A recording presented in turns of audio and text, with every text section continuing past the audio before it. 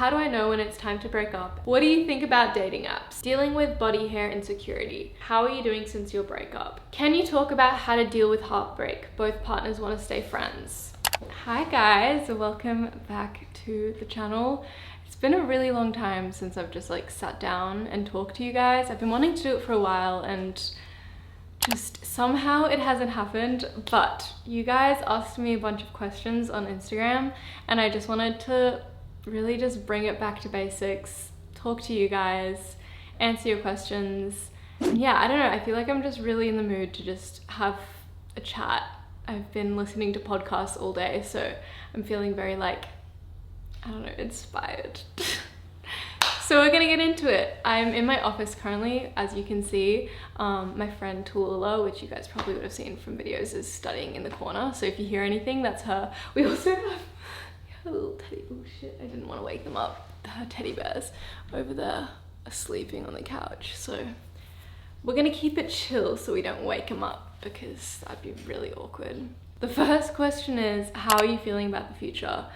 I think for a while I've been really anxious about the future, if I'm being completely transparent. Yeah, for the past few months I've just been like really stressing about what I want to do. I just felt really like unsure about what I wanted to do in the future. But now I have a little bit more like actual plans of what I want to do.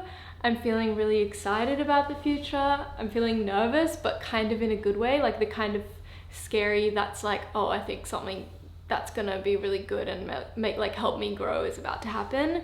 So yeah, I actually just booked my flights back to London and I'm doing another acting course. So that's starting in June. I'm also going to Japan with some friends in April, and that's been like a bucket list thing of mine to be in Japan in cherry blossom season since forever. So I'm feeling really excited about the future, but also just like I feel like I have so much stuff I want to get done before I leave that I just feel busy, and yeah, a lot of works and things behind the scenes. But yeah, otherwise I'm feeling really good about the future, and I'm excited to like bring you guys along because I feel like I'm ready to step into like a new chapter. Like it really feels like I'm stepping into a new chapter. And that's scary because I don't know what this new chapter is going to be like, but it's also completely exciting and I'm ready for change. So yeah, positive. I'm feeling positive about the future. Can you talk about how to deal with heartbreak? Both partners want to stay friends. You guys know I talk about heartbreak a lot. It's not like it's become part of my identity, but I think I've just been through it a lot. I love so deeply that I think the heartbreak is just always so painful, and I think because I've had my mom as a couple therapist, I feel like she's been such a great support for me in learning how to overcome that, and also just all my friends that have helped me and taught me so much that yeah, I love talking about it because I think we all go through it and sometimes it's hard to know what to do in those times. But that all being said, I am no expert. It's always different in every relationship, but I would say that like you just have to give it time. I know that's such an annoying answer, but like I think so many people want to be friends, like obviously, and that's a great intention. If you both break up and want to be friends, like that's such a good sign that you still have so much love and respect for each other. However, I think sometimes it takes time, and like rushing into a friendship too fast can actually be really hurtful and confusing, and just you need to be kind of a lot more healed and have let the person go before I feel like you can start a friendship. Yeah, it's different for everyone, but that's definitely what I found. I've needed like a lot of time to actually grieve the relationship, get over it, find who I am without that person, who I am individually, and then I can re-enter the like relationship as friends. But it's really confusing when you've known someone in that way for so long, and just to switch it feels a lot of times forced and weird, and then it brings up all these emotions of like, you know, whatever you're feeling. So yeah, I would say like that's a great intention to have, but I think there's nothing wrong with being like, we just need to take time, and that can be a few months. Actually, no, a lot of times it's a lot more than a few months, but like I was gonna say, that can be a few months, that can be like 2 years, that can be like 5 years, I don't know, it's different for everyone. And sometimes you think you're ready and then you're not. Like I hear from friends so much of the time, like they'll think they're ready to be friends without their ex or whatever, and then they'll see them and they're like, oh, it all came back, like I'm not ready. So it's just good to take it slow. Do you have a visual board, and if so, what type of things are on it? So I mean, I guess everyone has different types of visual boards. I never did like a vision board until last year. At the beginning of 2022, I made like a New Year vision board, because I just saw, I always journal at the beginning of each year, like trying to like manifest what I want and stuff. But I saw so many people making vision boards, like just getting photos and collaging it, or like just on their laptop, just like making a collage of different photos and stuff. And I'm a very visual person. Like, I don't know if it's because of filmmaking or just the way I think. Like, I daydream a lot and I think about things very visually, that it actually is really nice to take, just not only what I've written, but like make it into something that I can like, kind of see more clearly. So yeah, I made a vision board at the beginning of 2022, and without being super like spiritual and weird and cheesy, I swear everything came true. And I put things on there that I like would have never thought could happen, but I was just like, dream big, just put what you want to happen this year.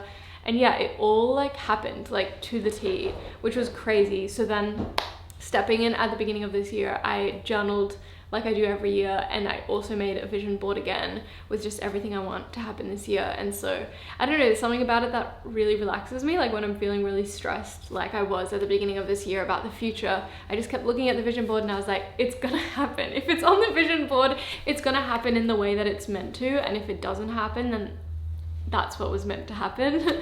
So I don't know, I think it gives me a lot of ease, and it's really cool to look back on and then appreciate everything that happened, because so much of the time when we like succeed in something, I feel like we don't really appreciate it, because by the time we succeed it seems normal to us, or like not a big deal anymore.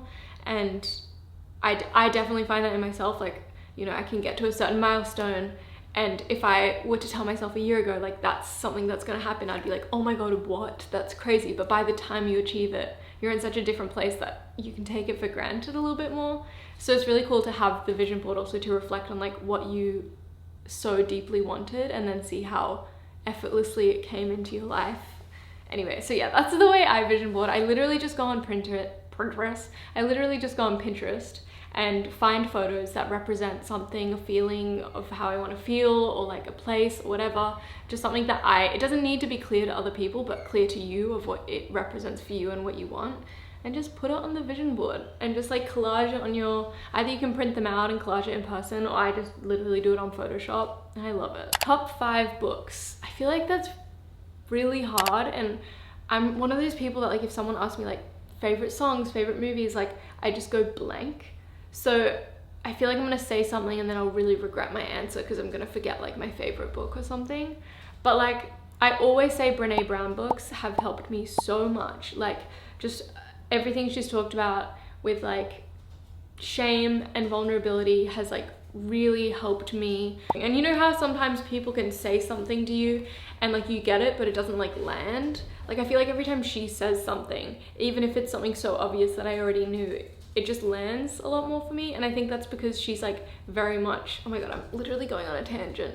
I meant to just say my favorite 5 books, but I'm just gonna finish this. She is like really good at putting words to emotions and things. So like things that we all feel, sometimes it's so hard to be like, what actually is that? And she's able to find a word. Like I remember I would always like put out videos, especially at the beginning of when I started posting videos online, and I would like, afterwards, as soon as I'd post a video, I'd feel so shit. Like I'd be like, I just feel like crying. And I kept telling mom, like it'd always be this like posting a video like kind of high, and then I'd just get like so like sad and feel so weird. And then I remember listening to one of her podcasts or reading one of her books, I don't remember, but she called it like vulnerability hangover, which is like when you've been really vulnerable and then you feel like the effects of it after, and it almost feels a bit like a hangover. Like it's just like really takes it out of you. And I feel like something about sometimes putting yourself out online, or you know, taking a vulnerable step can be really draining, sometimes uplifting and freeing, but sometimes really like draining when it's done to a big amount of people, or like to the wrong person. And I just, yeah, definitely feel like from just like posting online, it was such a vulnerable thing for me that I would always leave with this like, whew. I never really was able to like pinpoint what I was feeling, and then her even just saying vulnerability hangover allowed me to like, every time that I was feeling that, I was able to be like, oh, it's okay, I'm just in a vulnerability hangover, like it'll pass, blah, blah, blah. And that just really helped me. So yeah, I always say Brene Brown, she has so many books. So I'm just gonna say like all her books are really amazing. For like a fiction book, I really, really enjoyed The 7 Husbands of Evelyn Hugo. It's not even that deep or anything. I just loved it. I really enjoyed it. Atomic Habits is really amazing if you want to start like implementing change and bettering your life. I just feel like it's a really good book for like actual tools. All right, it's time for the next question. Sorry. Oh, that's so fine. How to deal with feeling anxious about the future in your 20s. I love what you do. Thank you. I really struggled with this. I still do sometimes, obviously, it comes in waves, but I was really struggling with it at the beginning of the year. Like I was saying, I was just so anxious about the future and just like, oh, what am I doing? Just feeling so existential. And I think I realized from talking to friends that I've always daydreamed a lot about the future. That's just really been me. And I think I found that my whole life, I've been daydreaming about my 20s, which is great, but it also just puts so much pressure on myself to have everything happen in my 20s. Like I expected myself to like find the love of my life, meet all of my like closest friends, have like a great career and be like financially stable and stuff. Like I put so much pressure on myself for so much to happen in my 20s, and I think that's what really made me anxious about the future and just like, fuck, how am I gonna get there? Like I think that's the biggest thing. And I remember telling my mum that one night, and she just kind of was like, oh my god, Joy, like you have no control. Like stop thinking you have to fucking steer this ship. Like you have no control. You just have to sit on the fucking boat and let the wind do its thing. And it just clicked. I was like, why am I stressing about something that I don't even have control in? We think we like have this like, I don't know, power to just like completely change things. And yes, we do. We like have so much that we can do to like put ourselves out there and make those moves and manifest what we want and create. Like I really do believe we have so much power in creating the life we want to live. At the same time, what's meant to happen is going to happen, and there's no point in you stressing and trying to make things happen that aren't just gonna happen. I don't know if that was exactly answering the question, but all of those things and those thoughts have really been helping me when I get into the stress. I'm like, you're not in control. Everything will happen exactly how it's meant to happen, and things can happen so much better than you could ever expect, and that is so exciting. So just like be open to that and be working towards what you can and doing what you can to create whatever you hope to happen and allow life to take you where it's meant to. What is your goal to get out of acting? Do you want to pursue screen or stage? Definitely screen. I've always definitely been interested in screen. I think just with like my filmmaking background as well, I just love film and screen so much. As much as I love performance as well, it's just not where I see myself. And I mean, with this acting course that I'm doing, I'm really going into it just like, I'm so excited to just grow in myself as the person I am. I want to gain confidence. I want to have fun. I want to meet other creatives. I want it to be an exercise in letting the ego go and doing something that really terrifies me, because it is really scary for me to do something like that. It feels very vulnerable, but I want to challenge myself in that way. And so I think I just want to, I don't know where acting will lead me. I think when I was younger, I really obviously wanted to be an actress, and as I've gotten older, I'm like, it's a really hard industry to get in, obviously, and I think I'm more aware of that now. And I think I've also like, instead of just feeling like, oh my god, I really hope I get cast for an amazing role one day, even though that would be incredible, I'm also like excited to create the roles for myself, like make more short films and star in them. And yeah, I don't know, I think acting is just another way for me to express myself and learn about myself. So yeah, I think that's my intention for now. And if it leads into a career or something one day, amazing. If not, I'm still so grateful because I have learnt so much about myself from, yeah, putting myself in like these hard situations with other creatives. And yeah. When did you first decide you wanted to be a creator / artist, and was it scary to commit to that? I don't think there was like a moment where I was like, oh my god, I'm going to be an artist or something like that. I think it was just like, I was always very creative growing up, and I was very lucky that I went to a really creative school that really like nurtured that side of myself. One day I was like really bored, and you know when you're really bored as a kid, it's like boredom is like, feels like torture. You're like, I'm so bored, like I don't know. And so I told mom, I was like, Mom, I'm so bored, like what do I do? I probably would have been like 6 at that point. So I was like, Mom, like I want to play, like but I don't know what to do, like what, I'm so bored. And she was just like, you have to create something to do, because like she was like, okay, well if you could do anything, what would you do? And I was like, what? Like, and I was literally trying to think like, would I go to the pool, would I go somewhere, like, and literally nothing was ticking the boxes of like what to do. And she was like, you have to create what to do. And I don't know if that makes sense, but it just, at that time it just clicked for me, and I was like, whoa, like I have to create the games I want to play. Like if I want to play an imaginary game, like I have to create the characters, I have to make it happen. If I want to do a drawing or make anything, like you have to create it yourself. And I think at that point it just really started a lot for me. And I think that's even like what inspired me to like start making videos, was I like just wanted to have something fun to do. And so I started filming videos in my backyard and editing them on iMovie, and it just became a way that I could like express myself.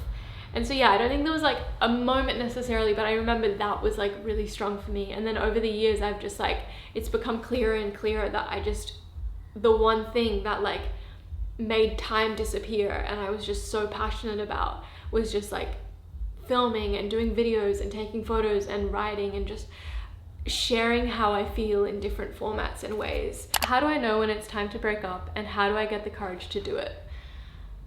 Well, I know that I've been in that situation so many times where it's just like so hard to know, because I haven't really had any relationships where like something really bad has happened that I'm like, oh, I'm so sorry. It just fell out of my ear. I don't know, I think when I was younger I used to think like it was so black and white, like someone would cheat on someone or you just not love someone anymore and it'd just be clear and you're like, okay, bye, like.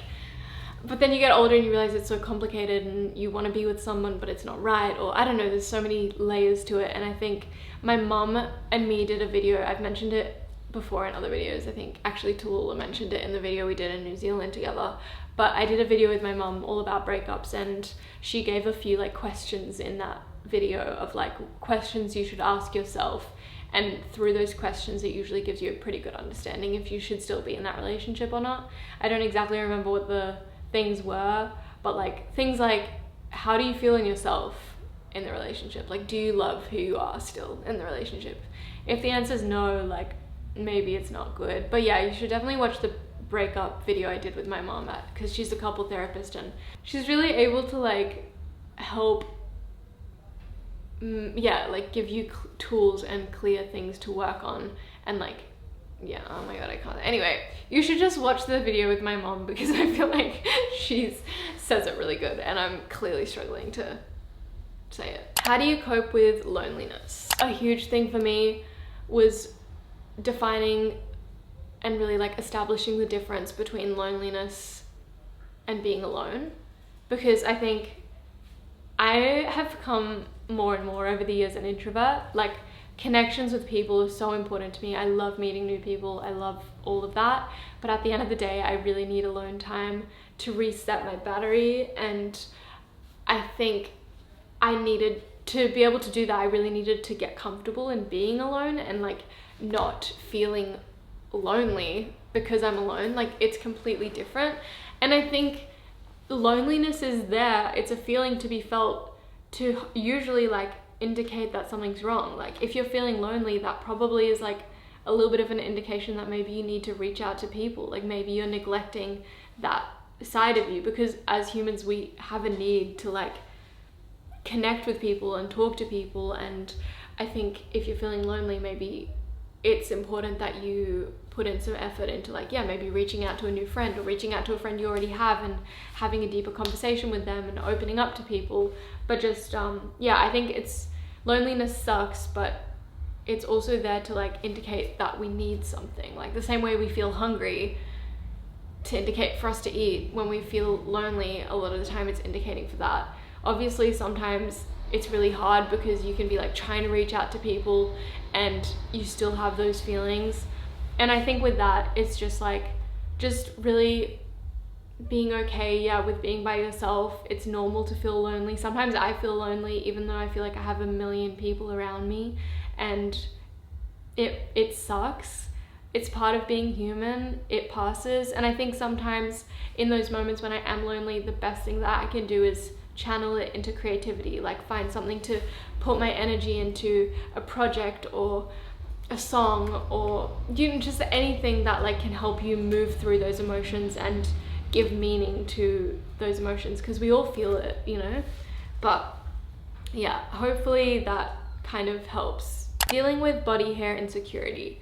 I have been insecure about my body hair for so many years, especially when I was younger. I think just like with my like heritage and like Jewish genes, I have very curly hair, which you would not know because I straighten my hair. But I've always had like darker hair, curly hair, and just like, I don't know, I always would compare like my arm hair to like other girls' hair and just be like, oh my god, it's so hairy. And yeah, I was just be very insecure about it.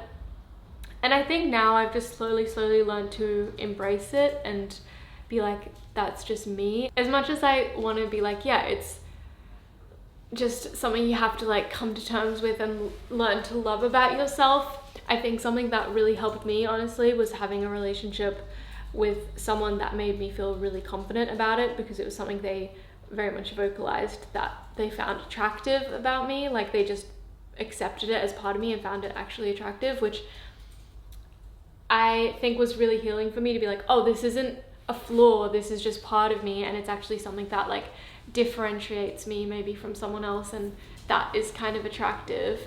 And so yeah, I think just know that, I don't know, I think like so much of social media and stuff, especially for women, has like made us feel so shameful for having hair. Like we're meant to just be like hairless, apart from like have like lush eyebrows and eyelashes and luscious hair, but everywhere else needs to be fucking bare.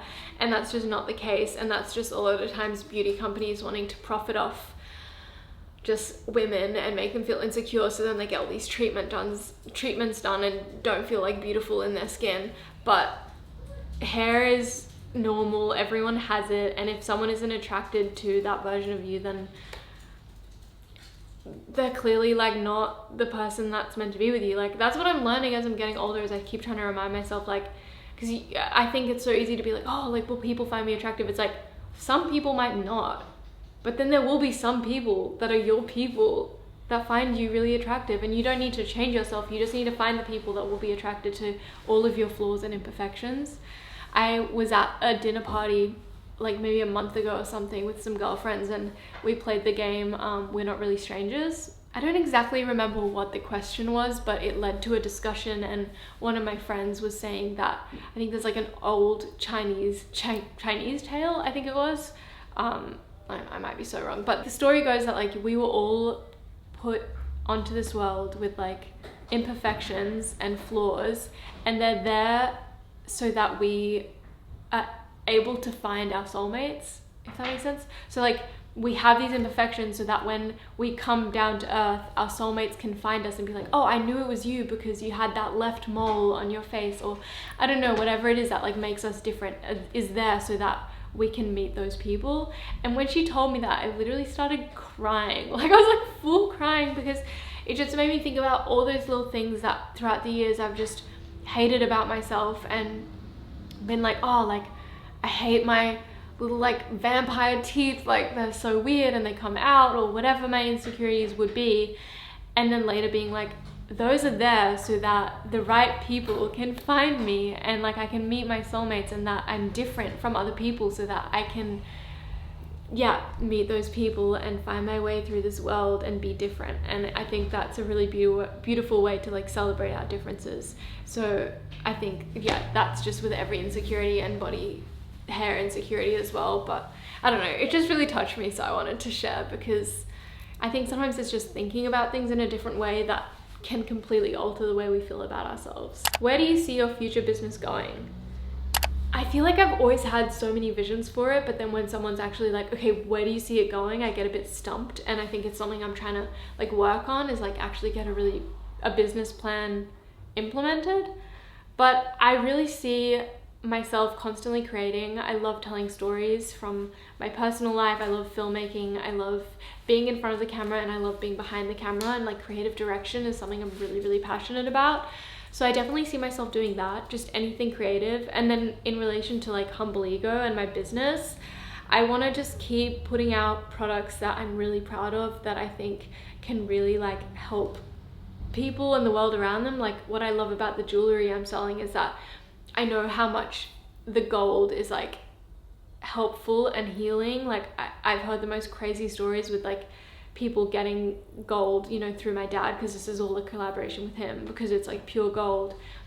People just like having like such healing experiences from wearing the gold, and I really feel it in myself. Like I find whenever I'm feeling anxious or something, I'll reach to it and like play with it, and it really calms me down. And also with all the natural gemstones that I use, you know, they all have their properties of like what they're helpful for, whether you want to believe if crystals are helpful or not. I think it's really beautiful to have that and like enjoy the properties. And I also just really want to expand on Humble Ego to become more than just a brand, and to be a platform that can facilitate conversations that need to be had, and really just continue to empower creatives to be the best versions of themselves and stay productive and true to their authentic selves whilst putting their work out into the world, which is actually so hard, I'm finding, as a creative myself. So yeah, I'm really excited. I've been teasing it for literally years, but I have the podcast coming out